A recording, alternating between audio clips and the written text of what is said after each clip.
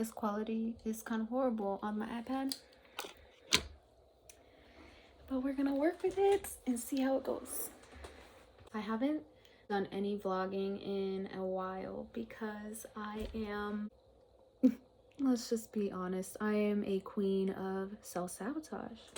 And it seems like whenever I do make progress, I tend to sabotage it. Not purposely, but I think a lot of us had experiences where we're kind of intimidated by success, so we stop doing what we were consistently doing once we start to see results, because we're kind of like panicking, like, what if this does happen, or what will I be when I have everything that I want? Who will I be? What will people want from me? What will people think of me? A lot of things that I didn't expect. So I don't know what the direction of this video is going to be. I just felt the need to speak, and although the quality is pretty shitty, I am going to be reinvesting in some things such as my camera, my microphone. I have this thing that I have not used yet. I have to get some things to connect it. I've also been kind of slacking on my art stuff. Not really like the behind the scenes part of it, obviously that's the fun part, but when it comes to putting ourselves out there, it's just a bit intimidating. So I know no one's really just like waiting on me or anything or judging me, but just an update, so take it as you will. I'm going to talk about a little energy update. Let's see how this goes, because it's been getting more loud lately that I've been guided to kind of translate the energies that are happening, if that's the word, to help people understand what might be happening to them as well. So basically, I noticed today it seems like a lot of our ego shells are starting to harden and fall away, and to watch that crumble is not fun. It's like kind of nerve-wracking because you don't know what you are at that moment. Like, I don't know if you're understanding the way I'm conveying this message, but I just imagine myself as a statue or something, or even just you could see yourself as a human you are, but your skin, your outer layer turns to stone, I would say, and in that process of turning to stone, it starts to crumble because it's not meant to be so rigid. Hey, leave it. So our personalities, our identities aren't meant to be so rigid, but our ego just is that. It is that. It's rigid, it's ever-changing. As its many forms die, new forms emerge, and so that can be kind of difficult to navigate, especially if you're just beginning this whole awakening process, becoming aware of yourself. So the energies today have kind of been being present, being that presence behind it all. You're not this ego, you're not the crumbling, you're not your past, you're always emerging as new. You are the act behind it, and so it's really helpful to be aware of what you're thinking, what you're feeling, your habits, and your desires, how you feel about your desires when they come up, if they make you feel a sense of doubt or if they make you feel excited. It's a time to be aware of all this. And also you might notice some old triggers coming back to, I guess, taunt you, but that's not really what's happening. It's more like it's showing you where you used to be, and now that you have the tools to be present with it, even if it's just a little bit more present than yesterday, you're able to see why it's there, why these bad habits and tendencies are here, why you're experiencing such negative thoughts, beliefs. They're all showing themselves to you because you're constantly creating your reality. So if you don't like your reality, how else would you know to change it aside from being present with where you are and recognizing, like, if your house is on fire, you have to do something about it. You have to stop what you're doing and attend to the fire, be present with it. And who knows, maybe your tools, you don't have a extinguisher, so maybe you have to innovate. When one door closes, another one opens. And if there's not a door, search for a window. There's always going to be something. So what I noticed in particular is that with me being present with things that I once used to be reactive to and battle or defend myself about, being still with it helps me to see something I wasn't able to see before. Like, why am I overextending myself? Why am I feeling down about this person's perception of me? What does that mean? What am I making it mean about me? And it allows you the opportunity, and you don't even have to do anything. Honestly, you don't have to strain yourself trying to think about where it was in your past that made you feel like this before, or why. You just be open to the fact that you're experiencing this. This is how it feels. You feel this way. When you don't try to like explain to someone why you're feeling this way and why they should feel what you're feeling or validate you, you start to validate it for yourself. And I don't know if you ever did that before, but once you start to do that, you recognize it's a feeling of weightlessness that comes over you. And when you're so heavy, you will notice that feeling. You'll know what it feels like to be at peace with yourself. So it is uncomfortable during the process of feeling your emotions. It's very uncomfortable. And a lot of times we could feel shame for not being perfect, for not knowing exactly what to do. Especially when we've read the books, we've went through the motions before, we thought we overcame it, but that's always, it's always going to keep coming back in different forms. And for me, what's been helpful is to recognize the shame. Like, I don't want shame. Shame is not something that I want to be a driving force of motivation in my life. I don't want to be driven by shame. I don't want to have friendships based on shame, relationships based on shame, nothing like that. I don't want to, like, my motivation to be with someone to prove to prove to them that I am good enough for them. No. It just leads to a never-ending cycle of, just being on that hamster wheel. You're always looking for the next thing to please somebody. And people, if you know humans, if you know yourself, nothing ever really is going to please you. It's nothing outside of you that's going to give you this feeling of peace, besides you making the decision that you're worthy of it. And you're not going to get that from anyone else, especially if you can't give it to yourself. So I think that's a big theme, is presence. And I obviously talk about that a lot, but it's been more prominent today, especially being that I've seen a lot of things that kind of rub me the wrong way. And when I sit with it and really figure out what it's trying to tell me, I don't feel shame about it. I just really, sometimes I'll go on Twitter or journal. Journaling I would recommend more safe. I have this like incessant desire for validation sometimes, so Twitter is more like this. But so yeah, when I write things down, I'm kind of losing my train of thought. If you go on my Twitter account, you will see that I've been kind of a little advocacy-ish today. There's things that kind of triggered a wound, and I felt like I needed to say something, especially because it was so different from the mass opinion.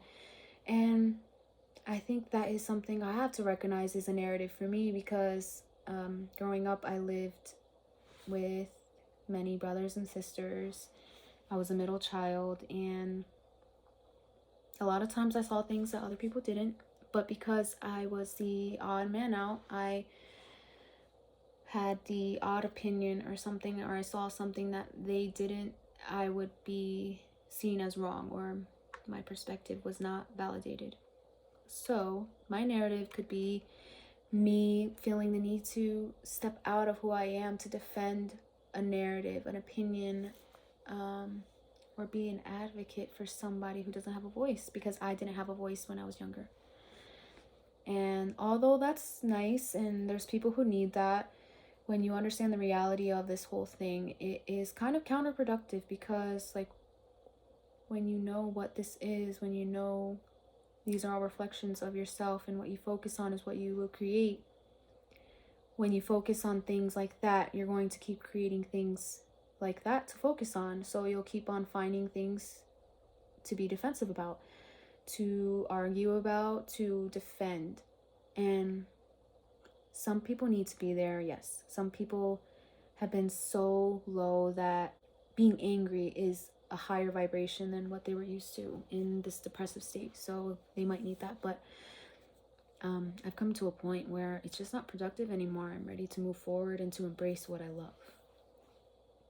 And I think that's a big thing for a lot of us. I think even with just being open to that, just being aware of that is enough for things to start changing. Stop focusing so much on what you don't want. Start paying attention to it too when you do, because we're not perfect. We all do it. We all do things that aren't productive for our energy, and it backfires. But when you have the opportunity to take advantage of the contrast, take advantage of the chaos, and ask yourself, did I create this? And not in a victim mentality. Don't try to ask yourself questions like that, but just try to understand where you have a part in this, because you do.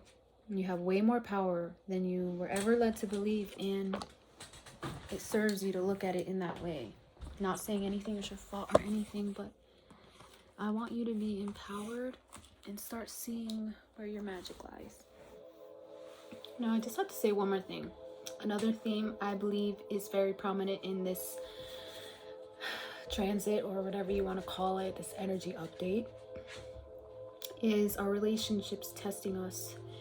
I know Mercury retrograde just ended, and a lot of people made it through it without breaking up, and a lot of people broke up and divorced during that time. But I think the most important thing is instead of running away, not that that's a bad thing, you know, to divorce or break up.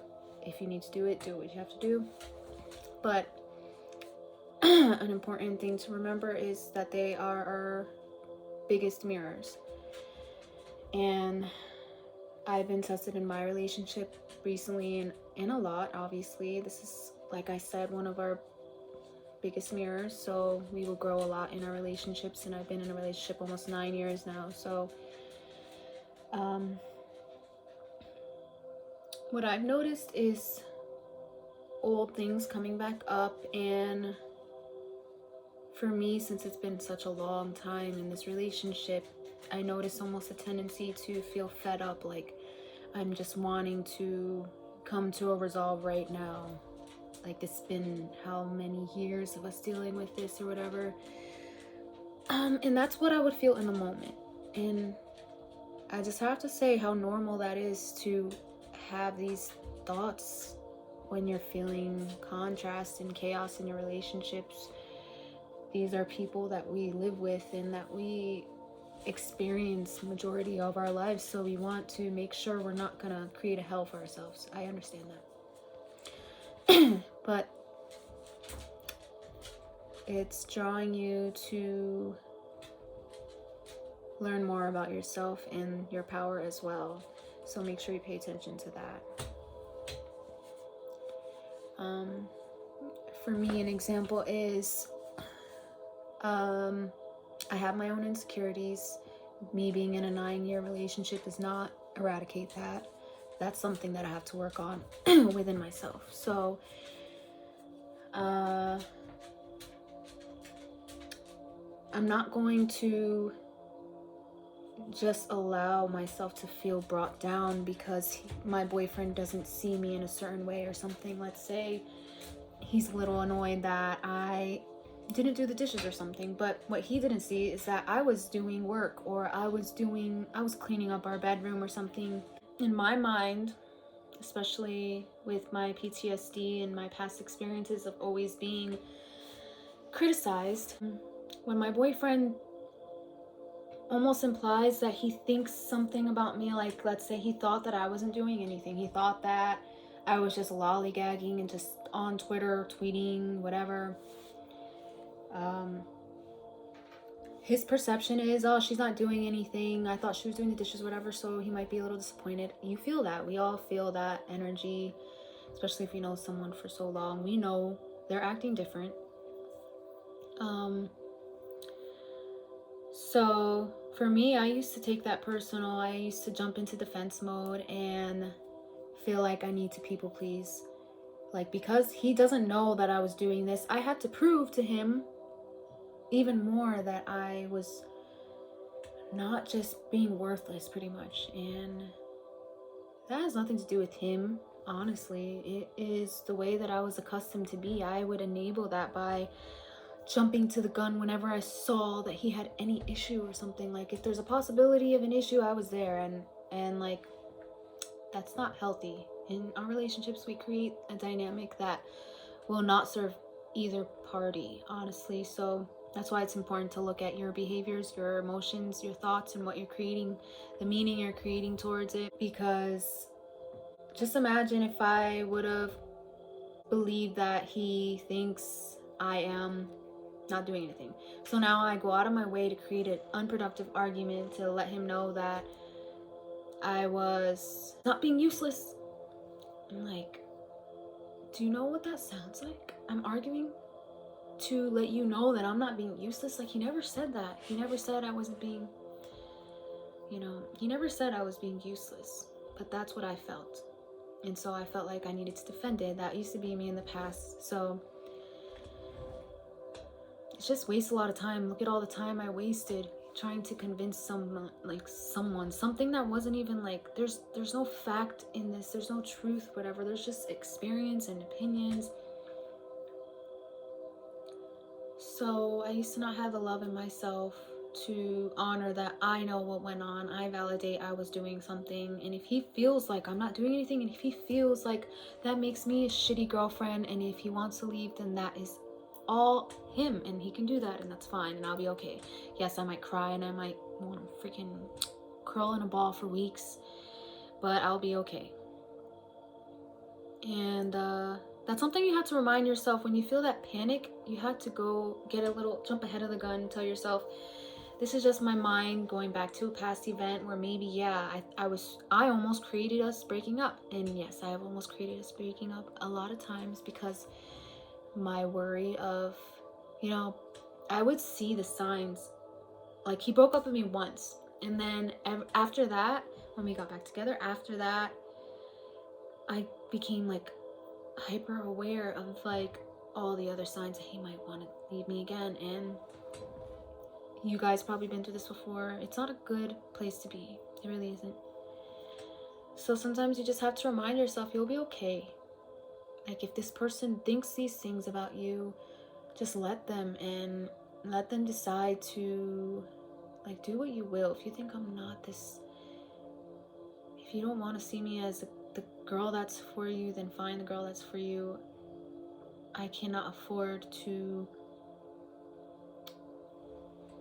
be sad and believe that that's the case for me. Like, maybe for you, you have someone better is gonna come along, but I'm not going to believe that because you want someone better that I am less than. And so, not that that's anything of like what's going on in my relationship, but that's just an example. Because the meaning that we create is what inspires or motivates us to take the next step and the decision that we're going to make, whether we're going to storm out, whether we're going to be calm and present and take the high route. It is all contingent on where we are in this moment and how present we can be with ourselves. In the present moment is the only time and place that you can emotionally regulate. You can't get that from anybody else. So I encourage you guys to look at your relationships and also to make it a fun process. It's not supposed to be so serious. If you notice something you don't like, just write down what you do want and then focus on that. Know it's possible. Don't reach for it anywhere. Don't try to get it externally. Don't try to control the situation. Don't react. If you feel angry, feel that anger. Don't project it, because I'm telling you, I mean, you could project it. You're just gonna learn the longer way that you don't like that. That you don't like making other people feel that way. That you want people to genuinely draw themselves towards you. You don't want to force people towards you. You don't want to go up against resistance. You don't need to. But life has taught us that life is hard, and that we have to work hard, and we have to struggle and pull our hair out and scream and cry and settle for less. But that's not the case. What you want is out there, and you just have to believe it. And I know that sounds cliche, because this whole trend now is like believing it, whatever, all these inspirational quotes. But the irony is that it's really true. You won't even take the steps towards what you want to do if you didn't believe you can do it. I can give you a lot of examples on that, but I think maybe the essence of that can be another video. I feel like it's necessary for me to add that you could be absolutely useless in your relationships, and that doesn't mean that you deserve disrespect. It doesn't mean that you deserve to be unloved, to feel lonely. You can be literally useless and you're still worthy of love. And I don't recommend using the word useless. But you're not meant to do things. We're called human beings for a reason, and this is a new paradigm. Just own the fact that you deserve love just because you exist. And when you don't feel that, your reality is showing you a creation. Why are you creating this? Why are you creating feeling unloved? Did you feel unloved as a child and you think that this is normal because this is all you knew? Did your parents neglect you and so you're accepting this neglect from your partner and your friends? Were you around narcissists? So you're like drowning in shame and fear that you might become them. There's someone who will understand you and why you are the way you are. You don't need to push up against resistance. You don't need to fight with someone who's set on not seeing you. And that's something I think we all need to ponder on in our work life, our relationships, marriages, friendships, business, whatever it is. We have to ask ourselves these questions. And I hope this energy update was helpful. I look forward to being more consistent. And I'm saying this, but you know me, we could always go back on our word. No, I'm just kidding. I actually want to be consistent, but I don't shame myself if I'm not, because things happen. And I don't really, I don't need to do any of this. This is because I love to do it, and it's a way of expression for me, and I feel like what I go through can be helpful for others. So if you sat around to listen to me ramble about energy, then I appreciate you so much. I appreciate you anyway, and hopefully we will stick around